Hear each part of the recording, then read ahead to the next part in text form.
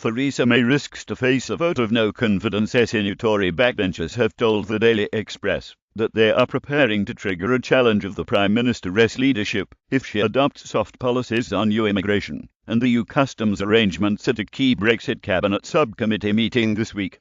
It comes amid fears that Mrs May's senior advisor, Whitehall Mandarin Ollie Robbins, has persuaded her to push for a customs partnership which could tie Britain to the EU and support proposals to give EU citizens preferential immigration treatment after Brexit. Over the weekend, the Daily Express revealed that Brexit Secretary David Davis has told friends that he is on the brink of resigning. A source close to Mr Davis said, "If the result of Wednesday's meeting goes the wrong way, then he will quit. But he will not be the only one, and there are others who are even more likely to resign than he is." It has been suggested by friends of Boris Johnson that the Foreign Secretary is also close to leaving the government over Brexit and could be joined by Michael Gove and a string of junior ministers outside the cabinet. On Sunday night, a senior Tory MP said that Mr Davis would be one of many resignations from the government if Mrs May chooses to water down her EU red lines and compromise too far with Brussels. He warned that this would be the signal for 48 MPs to send letters to the 1922 committee chairman Sir Graham Brady asking him to hold a vote of confidence in the Prime Minister among Tory MPs. The Daily Express revealed that David Davis has told friends that he is on the brink of resigning. It is clear that the letters are ready to go in, and they will be sent if David Davis and others resign from the government. A senior MP, if she loses, then the party will be forced to hold a new leadership election, but even if not, she will be extremely damaged by the process, with many Brexit-supporting MPs ready to abandon her. Senior MP, who has been at the heart of organising Brexiteers, said, "It is clear that the letters are ready to go in, and they will be sent if David Davis and others resign from the government." Another senior Tory MP said, "We have lost patience with her. She appears to be only listening to Ollie Robbins, who is a Remainer. If she does not listen to the Brexiteers on Wednesday and goes with these ridiculous proposals, then there will be trouble." A third said, "We are not afraid to force a leadership vote if necessary." Anger has focused on customs partnership plans which would see the UK become the US tax collector and make it difficult to strike free trade agreements. There are also fears that it could tie Britain to EU regulations.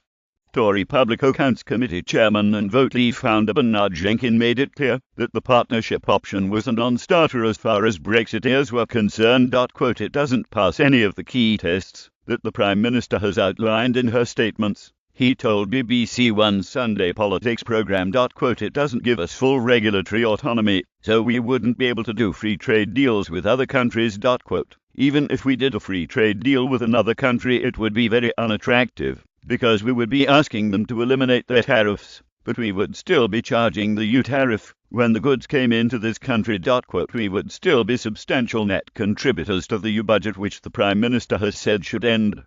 We would still be the tax collector for the European Union, and that's not acceptable. Getty, it's important that we are able to get opportunities of good trade deals with Europe, says Emma Lewismian, while Jacob Rees-Mogg, the leader of the powerful Tory Eurosceptic European Reform Group, ERG, has branded the plan cretinous. International Trade Secretary Liam Fox, Emma Gov and Emma Johnson are understood to be allied with Emma Davis in opposing the partnership with the former London mayor reportedly proposal, describing it as completely bonkers. In contrast, Conservative Party Chairman Brandon Lewis suggested it could provide a workable solution. "I think it is important that we are able to get opportunities of trade deals around the world, good trade deals with our partners and friends in Europe, and that is what a good partnership will deliver, and I believe that is what the Prime Minister and David Davis will deliver for this country," he told BBC One's The Andromar Show. Downing Street last night denied reports that the UK is set to offer EU citizens something very close to free movement as a means of getting the talks with Brussels moving. Tory MPs have made it clear that preferential treatment for EU citizens who do not currently live in the UK and would not be covered by the divorce settlement should not have preferential treatment with the rest of the world. Meanwhile, Mrs May is set to face more problems from Remainers in the House of Lords, who are determined to pass an amendment to the EU withdrawal bill trying to force a second referendum on the final deal. Labour peer and leading Remainer Lord Adness signalled that there will be an amendment for a so-called People's vote on the EU deal. House of Lords votes tomorrow on a oddly Labour front bench abstaining, but lots of Labour peers supporting.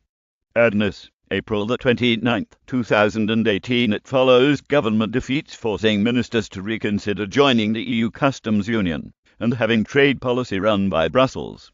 Lord Adness tweeted, House of Lords votes tomorrow on a oddly Labour front bench abstaining, but lots of Labour peers supporting. Not right to abstain on biggest issue facing the country. Remainers hope that a referendum on the deal with the EU will allow them to reverse the decision to end Brussels rule in Britain. Even if the amendments succeed in the Lords, the government can overturn them in the Commons.